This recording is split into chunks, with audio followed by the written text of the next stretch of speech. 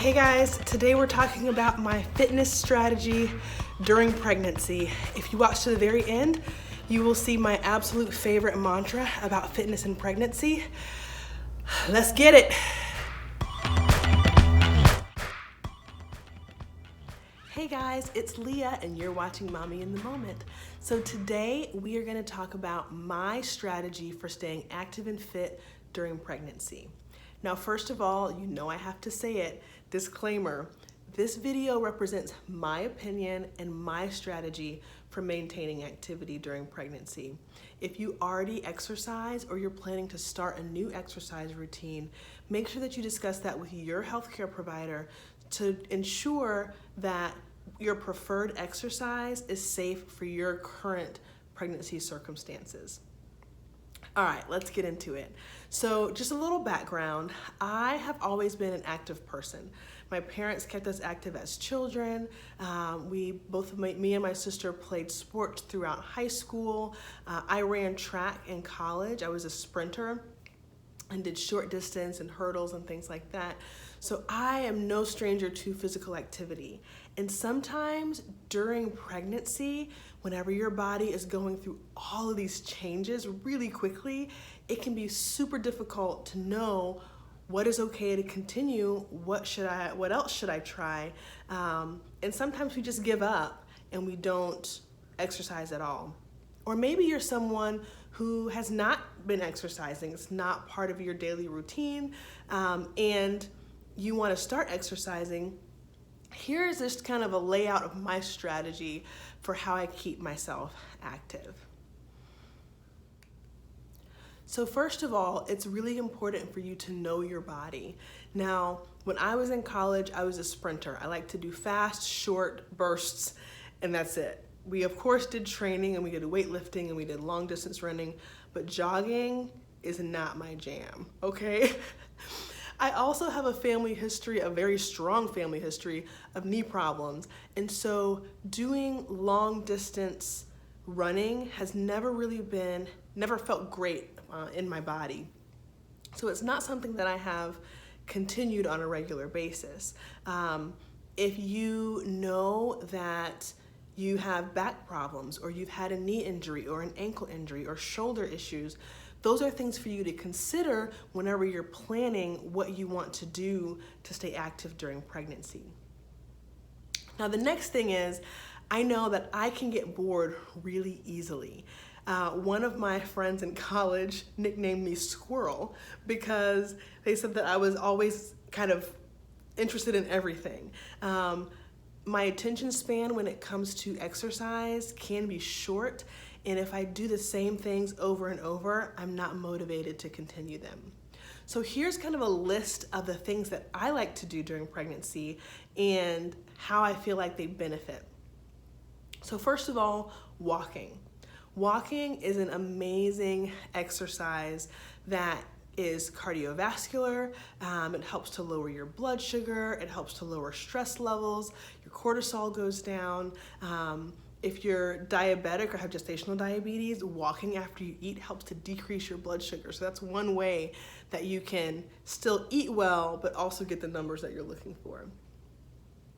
So walking is great. I like to use my Peloton app. I'll go over that a little bit later, but I like to use an app with good music, good playlist, get some headphones, and then take off.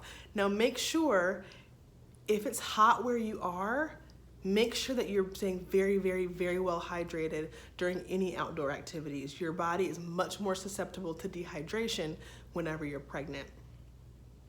Make sure that you're also walking in a safe environment.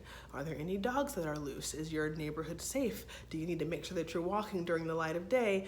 Make sure that you're keeping yourself safe and being aware of your surroundings as well. Yoga. Now, if you're subscribed to or you follow my Instagram channel, then you know I did an Instagram post on the benefits of yoga during pregnancy. Now, when I was in college, I took a semester of yoga for a PE credit, and it was amazing. Yoga is such a good exercise for strength, for flexibility, for mindfulness and bringing your awareness to your body and your breath, and also just for stress relief. Pregnancy is a great time to continue or to even start yoga. You can get yoga programs through YouTube for free. You can get them on an app. They have certain programs on paid apps. You can go to prenatal yoga classes. So there's a lot of different ways that you can access yoga instruction. And most of them will break it down like beginner, intermediate, and advanced. And then you can modify most of the moves for pregnancy in particular. Now make sure whenever you're doing yoga that you avoid positions where you're laying flat on your back for prolonged periods of time, because that decreases the blood flow from the bottom half of your body to your heart. If that decreases, then your cardiac output decreases and blood flow to baby is also affected. So make sure that you're modifying so that you're not laying on your back for prolonged periods of time.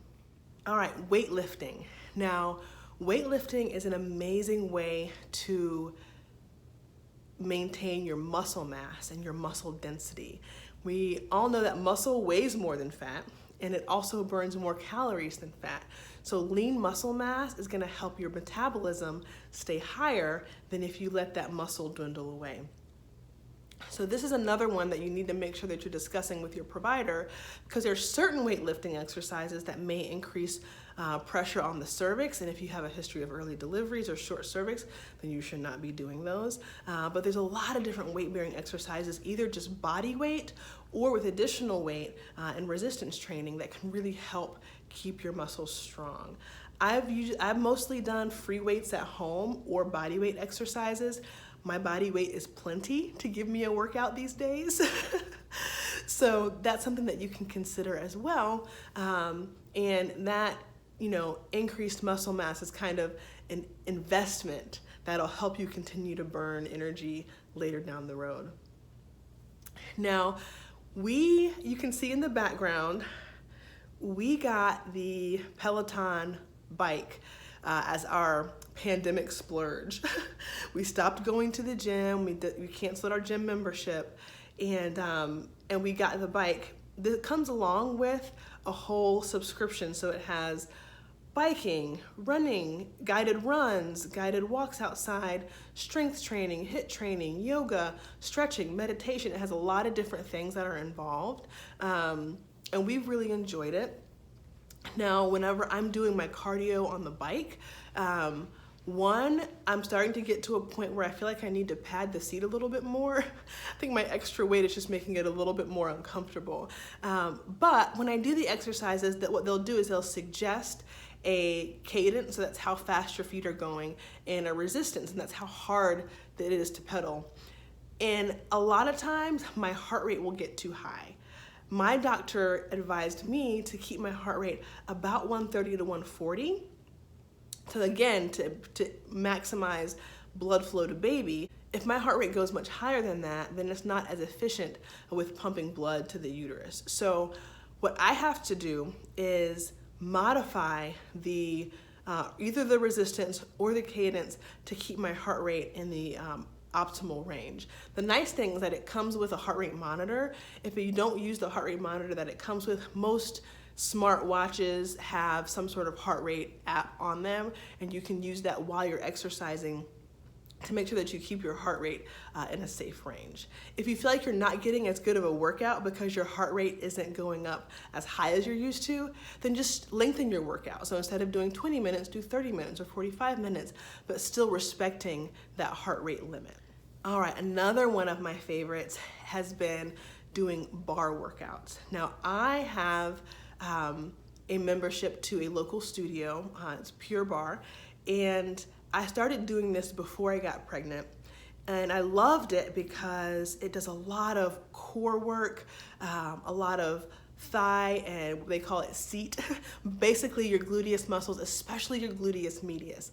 Now, if you haven't watched my video on preventing low back pain in pregnancy, definitely watch that video. because it goes through how important it is to strengthen your gluteus medius. And that's one of the reasons why I love this workout, is because it focuses a lot on that every single time you go to class.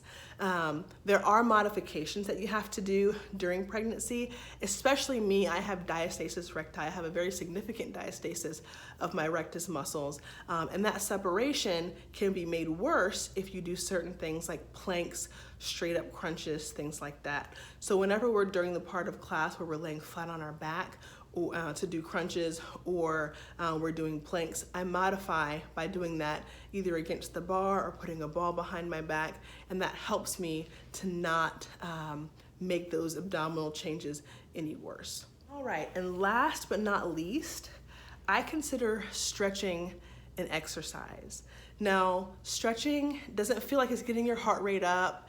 It's not something that's gonna make you sweat, but flexibility, strength doesn't mean a lot if you don't also have flexibility. And flexibility is what's gonna really prevent you from harming yourself, from pulling muscles, and it's really gonna help with maintaining mobility in your hips and preventing back pain. So sometimes I'll just say, you know what, I don't have much energy today.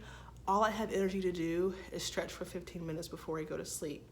And that is valuable, okay? So do not discount stretching as a really important piece of remaining fit. Okay, so that is my strategy.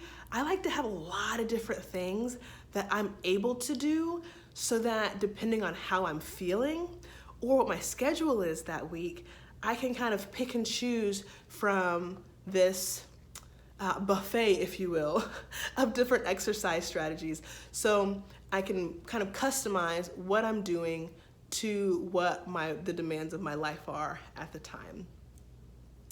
So if you've watched to the end, now you get to hear my absolute favorite mantra about fitness in pregnancy. I think this is really, really important for us to understand, as our bodies are doing really, really hard work right now, okay? A fit pregnancy does not equal a skinny pregnancy. Fit pregnancy does not equal skinny pregnancy. A lot of us, especially with media and social pressures, is that we want to stay skinny, skinny, skinny during pregnancy. We want to see the definition of all of our muscles, and we want to have that snap back after we deliver. Not everybody's able to do that. Some women, more power to you, you're able to see a six-pack before, during, and after they deliver. I've never had a six-pack. I almost had one in college, but I like to eat too much. But that idea that you're supposed to remain skinny during pregnancy, some people can, some people can't. I think the main thing is that you stay active and that you stay engaged with your own fitness. I am older than I've ever been with a pregnancy. I started off this pregnancy heavier than I did with any of my other pregnancies. But you know what? I feel better than I have with any of my prior two pregnancies this time around.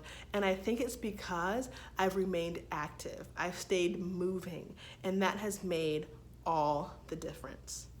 All right, guys, so thank you so much for watching. If you found this video helpful, press the like button. It really helps me to know what you guys enjoy, and it helps my video and its performance on YouTube. So definitely press the like button. If you want to hear more about health, fitness, I'm gonna do some videos on nutrition coming up. Definitely subscribe so that you can see what's coming, and hit the notification bell so you know when they're up. All right, guys, have a wonderful day. Keep moving and have a fit pregnancy.